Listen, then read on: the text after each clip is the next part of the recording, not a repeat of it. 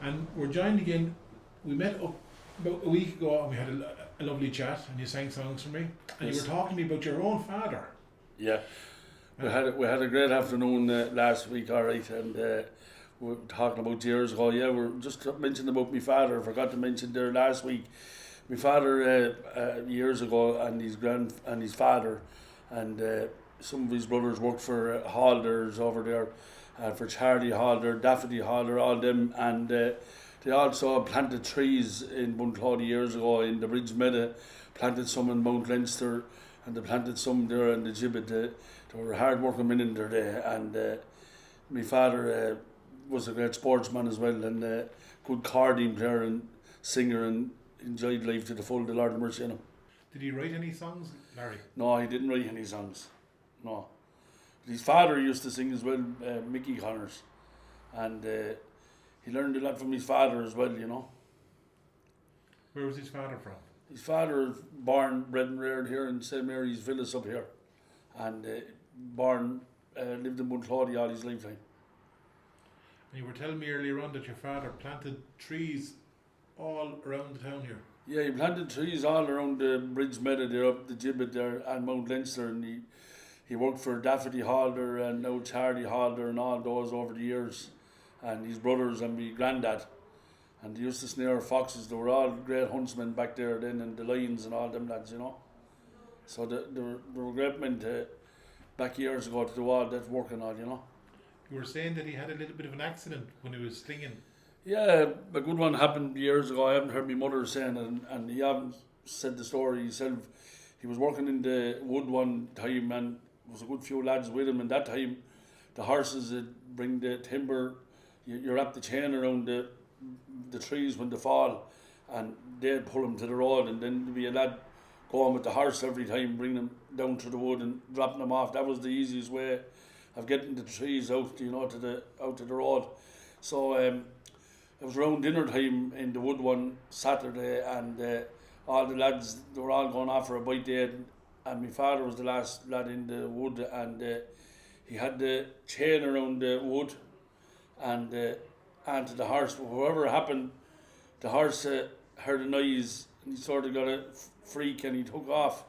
And when he took off, the hook that was on the chain wrapped around my father's leg, and I went in through the ankle and come out the other side, and I pulled him around the whole wood from the top to the bottom of the wood before he stopped, and it left a big scar on his leg, and he was in agony for a long time to heal up, but he was a tough man, you know. And he played the accordion, you were saying? And he played the accordion, yeah. He used to go to Crow Park, maybe up in Leinster final day when Wexford would be playing back in the 80s, 90s and maybe 60s along there, and he'd be going up there to the Belvedere pub in Dublin. He'd be playing there before the Leinster final in the pubs, and then he'd be playing in Jim's Inn and O'Connor's and all over, and he was everybody loved him, you know. Great GA man and hurling man and footballer as well. And that's where you got your love of songs from. Yeah. You have another song for me. You have a song you wrote yourself, was that right? You're thinking of the John Milan song. I wrote that. I wrote the song myself here about John Milan, the Waterford hurler. I know John over the years, a good friend of mine, and John won numerous titles with his club, Dennis Sal down in Waterford, and he also 5 All-Stars and Rockless hurling medals and Railway Cup medals, and one brilliant hurler, wing forward. John is a gentleman, and I'd like to sing the song. I wrote the song myself. It's called The Great John Milan, and it was unfortunate not to win an All-Ireland John when he was playing with the likes of Ken McGrath and Tony Brown, Paul Flynn and Owen Kelly and all them lads, and Pendergast, all them lads, and bad referee decisions at the time done Waterford of All-Irelands. I thought myself, I kicked the television when they didn't get the free that they needed to get an All-Ireland, and I thought they were unlucky, but they gave us great entertainment over the years. So I'd like to dedicate this song to John Milan and all the people of Waterford, good friends of mine, and it's called The Great John Milan. I wrote this one myself.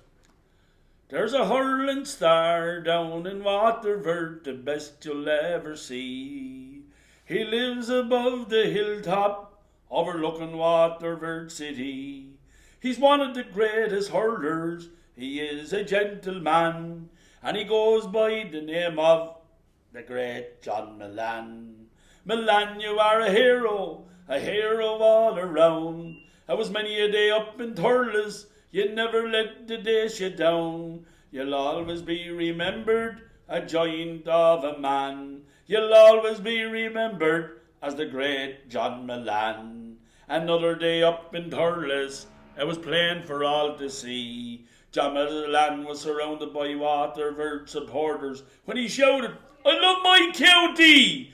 Now he's up there with the best of them. He is a gentleman, and he goes by the name of the great John Milan. Milan, you are a hero all around.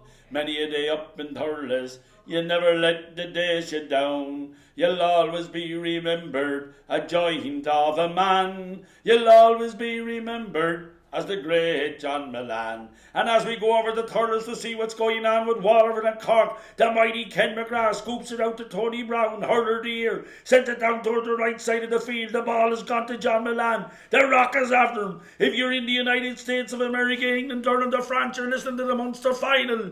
And it's John Milan, the man from Dennisal, strikes. He's 20 yards. The ball has gone high. It's gone over the bar. Waterford are gone into the lead.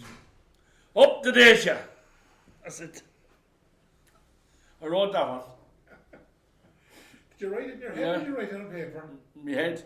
Was taken. Brilliant. Have you wrote any songs? I do write a few songs, yeah. Good man. I wrote one about Damien Fitzhenry, I wrote another time. Do. And then I've one about DJ Carey. All them, yeah. I didn't write the one about DJ, but I know it's a good song. I have another song there, it's one there about Father Murphy. I can do that one. Wexford song. I'm not singing about Tipperary there already, so I have to do Bowl of Og anyway. So I'm going to give it a go there anyway.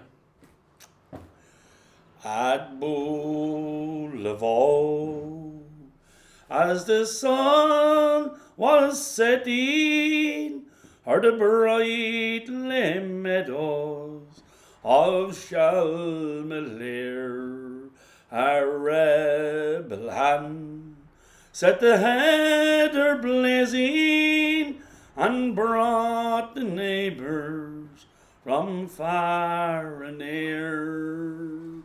Then Father Murphy from old Kilcormac spurred up the rocks with a warning cry. Arm, arm, he cried, for I've come to lead you for Ireland's freedom. We'll fight or die. He led us on against the coming soldiers, the cowardly men we took to flight. For it was at the Harrow when the boys of Wexford showed Bucky's regiment how men could fight. Look out for Ireland's King George of England, search every kingdom that breeds a slave.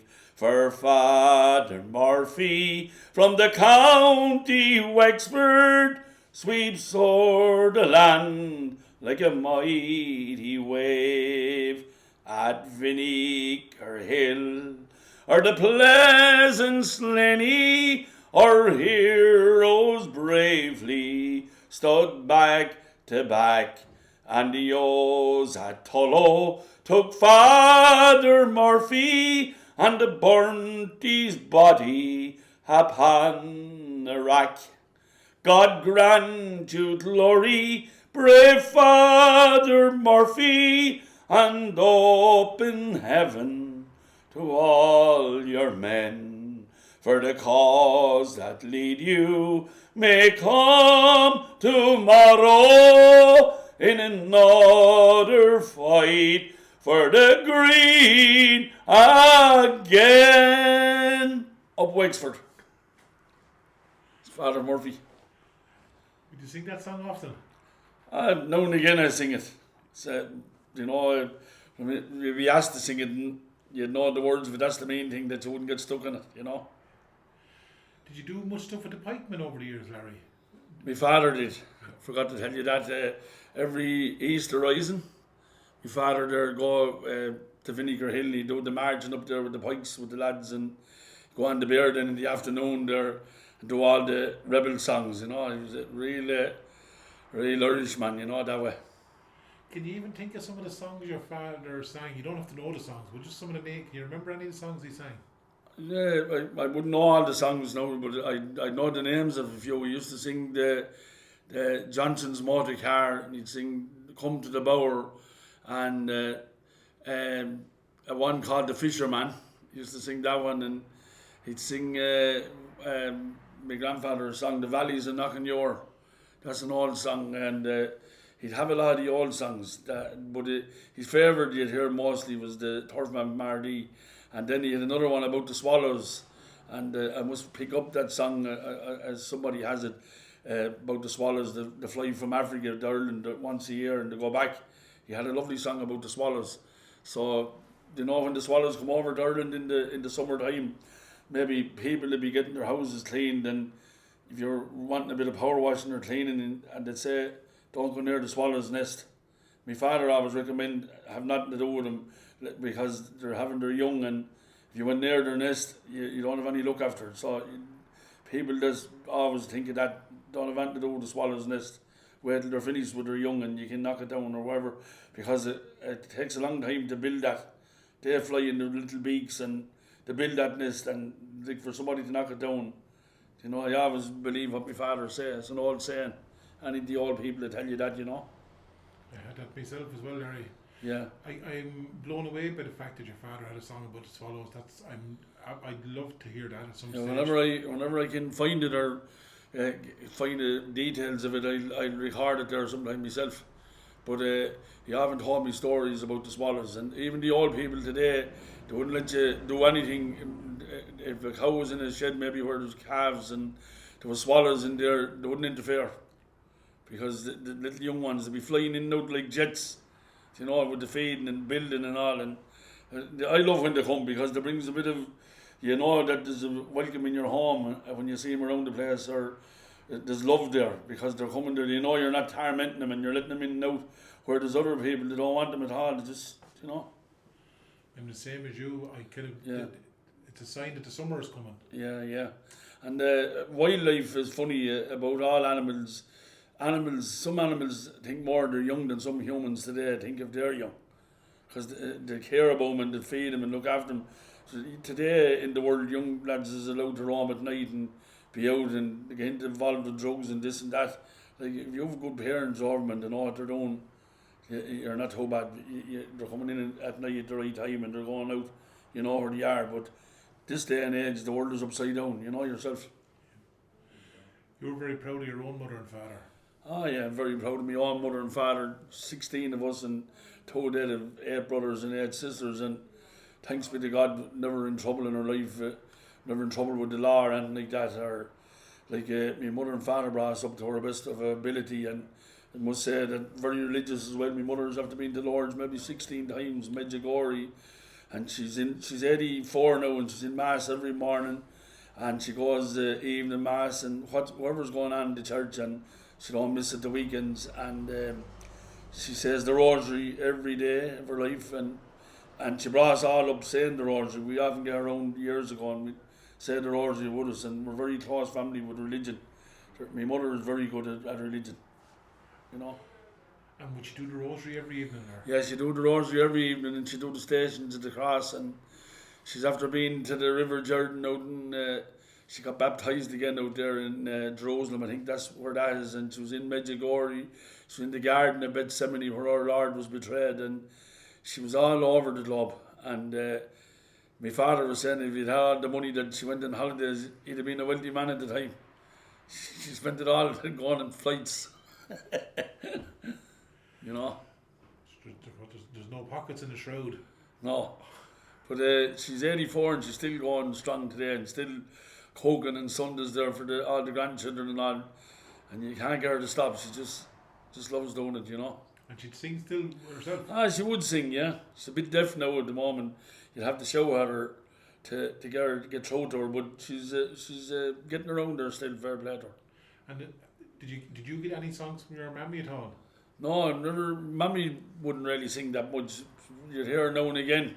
Maybe someone asked her to sing, but my mother has lots of old songs. You probably recorded her before. She has some donkey songs that you'd love to hear. She sang the one about the hotel up in Tuller. It was a wedding or something. Yeah. It was. She also sang for me the one that Hey Johnny Bardens. Johnny Bardens, yeah. Johnny Bardens. Yeah, they're all old songs, yeah.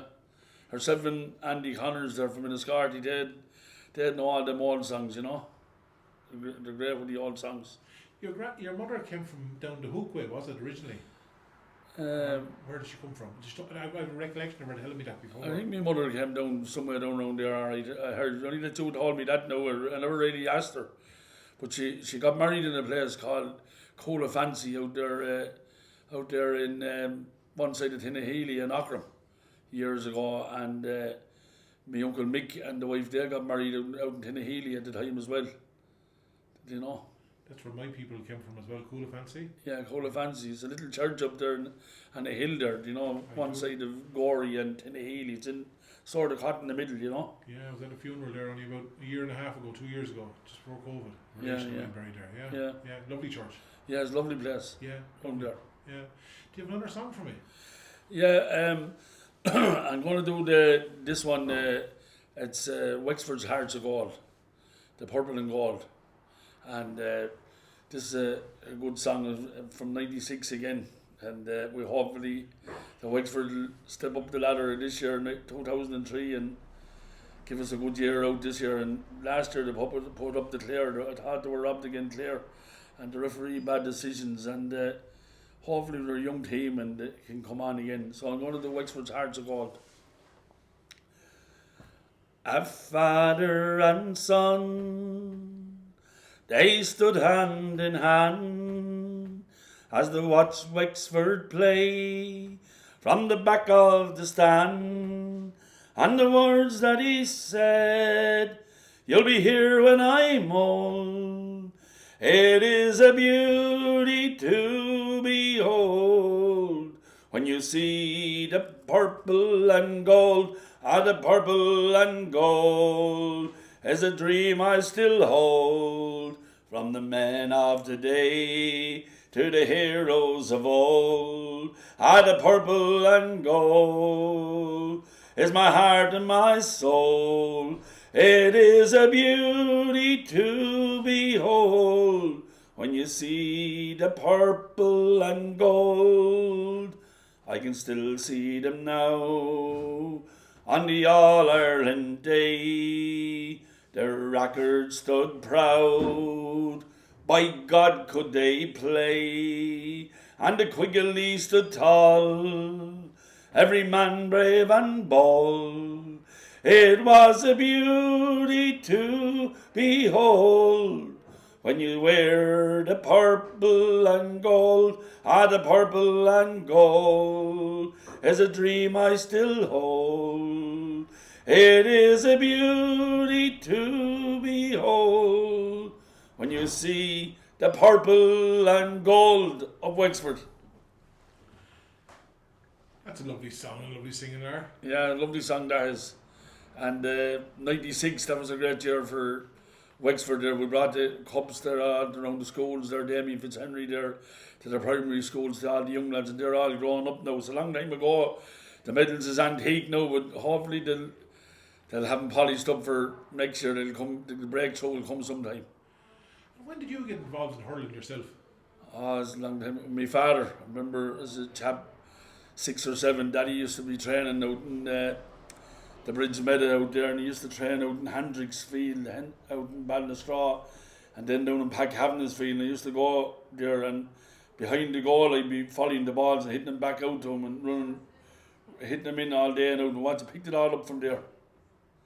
At that time there was no dressing rooms. They used to talk out in the car and the side of the road, you know. That's where I picked it all up. But a brilliant game. Hurling is the fastest game on the earth, and There's no better game. And can I ask you, Lara, when were you born again? What year? I was born in 1967. So you would have been playing around in the 70s then. 1967, no, the 80s I started. I won in 1984 and 85. I won 2 minor football county titles in a row against the Volunteers from Wexford. But as a chap, you were only in the 70s. You were learning how to hurl. Yeah. I played in Record League and under 12. Father Jim Byrne and Father Ryan, they all brought us up at the time playing that, and they were great men with the Record League. Father Byrne and Father Ryan. We won numerous titles back then in Bunclody. They had great footballers in the Swords and the Kyo's and Cowmans and all them, and Kellys and the Connors as well. But as we roll on then in the years, then they done well in 1985. They won the senior football county title, and we won the minor football title the same year. My uncle Mickey was in the goal that year, and they had a brilliant team back then. Bunclody had then in the 80s. Sir. Can you even remember back even just the old hurls you had years ago, the shape of them? They're completely different than what we have now. Yeah, they're different now. You see, they can't get the ash like they did years ago. The ash has gone scarce. But I used to get my hurls off a Randall. Because this when my father used to love to hurl the grain. You get the lovely grain goes around them. Randall used to homemade them. It was like homemade bread. And when you get a Randall hurl, you wouldn't have to put it into the cow shite or to make it soft or that. You drive a ball from here to the other side of the field with a Randall. But the new yellow hurling ball at the moment, if you had a Randall goalies hurl, you nearly put it over the bar from one side. They're like golf sticks. And any lads that used all the Randall, I'll tell you the same story. I think Martin Story and Tom Dempsey all used Randall. All the Wexford lads in '96, I think they had a few Randalls on the team that day. They're great hurl they were. And where was Randall from? Killorn. All Mr. Randall. My father used to buy the hurls off of him and off of his son as well when he died. But when I was playing in goal, I used to get me hurls ordered down there as well. But I had a few goalmen that I knew playing that time. It always helped me out with a few hurls when I was playing well at the time. I get a few off of Ted Morsey, Archie Scallion, to give me a couple, and I get a few off of Jim Morsey. They were all good, and Damien Fitzhenry give me 1 or 2 as well. They were all decent fellas that way. I'd ask them for a hurl, and maybe you'd be playing a big match, a county final, or that, and say, "My own old hurl is fucked. Can you any chance of a hurl? There'd be no problem." They never refuse me. But I have still a few hurls that I got for them boys over the years. And you were saying there, you see, to soften the hurl, you put it in the cow. You put it into, if you want to soften the hurl, if you're buying a new hurl, I remember years ago, if you buy a new hurl, you go first pulling the ball, it's broken in the middle, and you'll be giving out to yourself because that's £20 at the time.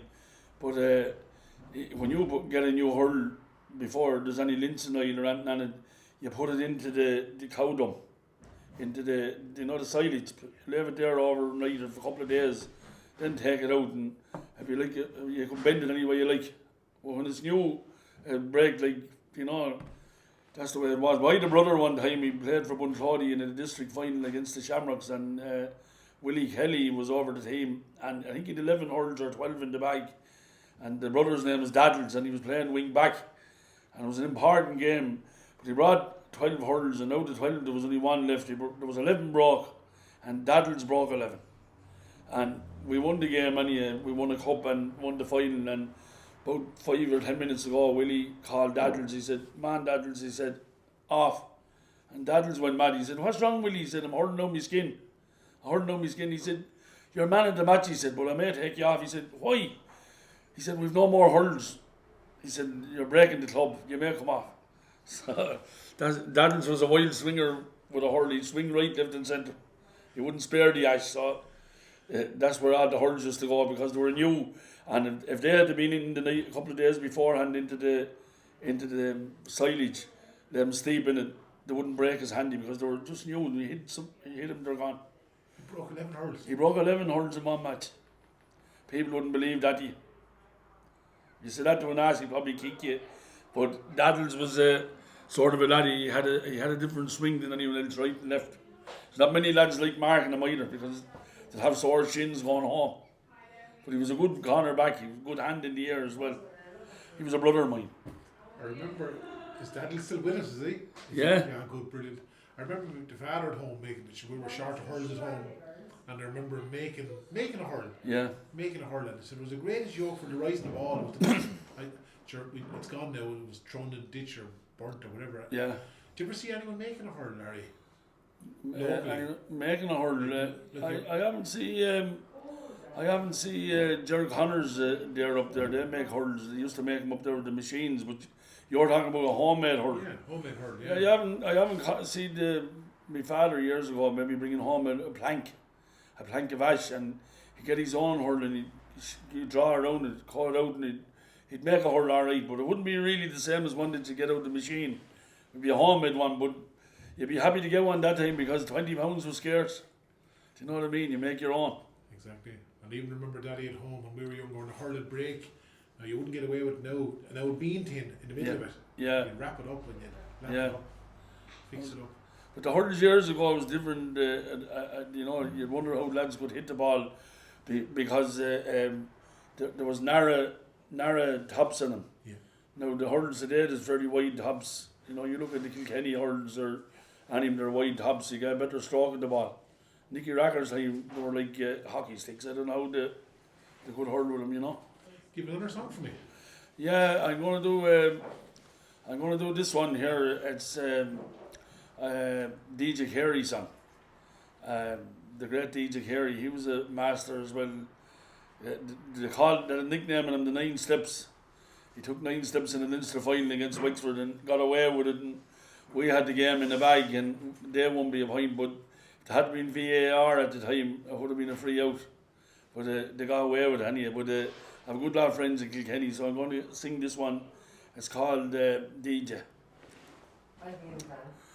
In the village of Goran, just before dawn, near the village of Goran, a new star was born. At the hurling and handball are destined to be the greatest exponent that you'll ever see. In the Avils of glory, his name is up there, with the great Paddy Phelan, Jim Langton and Kerr. His club is Young Ireland, a voice for to say. His name it is Kerry, and they call him DJ, for the hurling and handball and fine arches free. None better in Ireland will you ever see. The grand black and amber, he lines out to play. The pride of Kilkenny is our legend DJ. Now 9 All-Star awards, now the truth I will tell, for both hurling and handball as well. A fine man for craftsman, we venture to say. Well done, Dennis Joseph, well done, DJ. They may speak of great hurlers, the praises they sing of the great Jimmy Doyle, Nicky Rackard and Ring, Larry Maher, Tom Tracy, Mick Mackey in their day. Above all those heroes, we'll speak of DJ. Sure as up in Crow Park, in the glorious sunshine, I can still hear the fans sing the Rose of Mooncoin. The ball is thrown in, they enter the fray. We'll all shout for Kilkenny and the legend DJ, for the hurling and football and fine arches free. None better in Ireland will you ever see. The grand black and amber, the lines out to play. The pride of Kilkenny is the legend DJ. Up the Cats. I had a son born in Kilkenny myself. John, he's 31 now at the moment, and he was born up there. That's why I have a bit of a connection up in Kilkenny. I'm a Wexford man out and out, but friends up there, if Wexford lose, I shout for the Cats. So lads might say to me, "Oh, you're a real Kilkenny man," but I'm a Wexford man, my heart and soul. My son was born up there, so I have to have some hospitality for them as well, you know. I have great friends up there, including James McGarry, former Kilkenny goalman. I know him over the years, and Martin Comerford, Andy Comerford, and young Mikey Butler, who got the All-Star this year and Hurler of the Year, young Hurler of the Year, and I remember being up there years ago, and Mikey was only a young lad, 14 at the time. He was playing beside O'Loughlin Gale's pitch, and my young lad was playing with him. And I was just looking, I said to Joey Maloney up there, a good friend of mine, a Wexford man, who was Lord Mayor of Kilkenny there for a few years and councillor. And I said to Joy, there's a star for the future, young Mikey Butler. He's going to be on the Kilkenny team someday. And there he was, got hurler of the year and got an all-star. So I'm real proud of that for the man. Fair play to him. But me, I was a good scout. I knew he'd make it. Brilliant, Larry. Come here to me. Do you have one more song from we'll round up, or we'll call it a day? I'm going to do one more, and that's it. I want to, for Waterford there, John Milan, a great friend of mine down there, and know John very well. That's one of the greatest hurlers of all times. That never got an All-Ireland medal, holder of 5 All-Stars, and I can't forget the Waterford song. My young lad, the last time I was with Jory Carden, I think it was back 10, 12 years ago, we done this song. So I think Owen Kelly Tipperary is over him this year, and they'll take beating because Ballygunner is going well. So, Wexford and Waterford would like to see him going well. So hopefully one of them will do the business this year. So it's nice to see a change. So here we go. Oh, hurling fever's here again, I can see it in the air. We've all gone hurling crazy, we see it everywhere. We won the Munster final, in history we'll go down. We beat the mighty men of Cork above in Thurles town. Waterford, you're looking good, you're on the road again. You're heading to Crow Park, me boys will cheer McCarthy's men. Supporters of the Dacia, they're marching through the fray, with their hats and dolls and colours on this famous hurling day. We've Ken McGrath, we've Tony Brown, we've Owen Kelly too. We've the great Paul Flynn, young Michael Welch, we'll mention quite a few. We'll sing our hearts down in the stand and down on Hill 16. For John Milan and Big Dan the man, they were the best you've ever seen. Waterford, you're looking good, you're on the road again. You're heading to Crow Park, me boys, to cheer McCarthy's men. Supporters of the Dacia, you marching through the fray, with our hats and dolls and colours on this famous hurling day.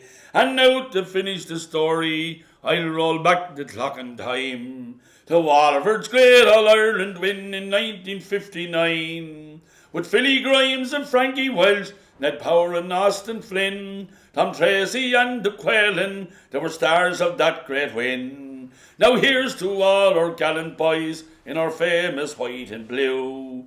People down here in Waterford, Big Dan and John Milan, we're very proud of you. You brought honour to the county, you brought glory to the fame. We wish Owen Kelly and all the Waterford team the best of luck as they face another game.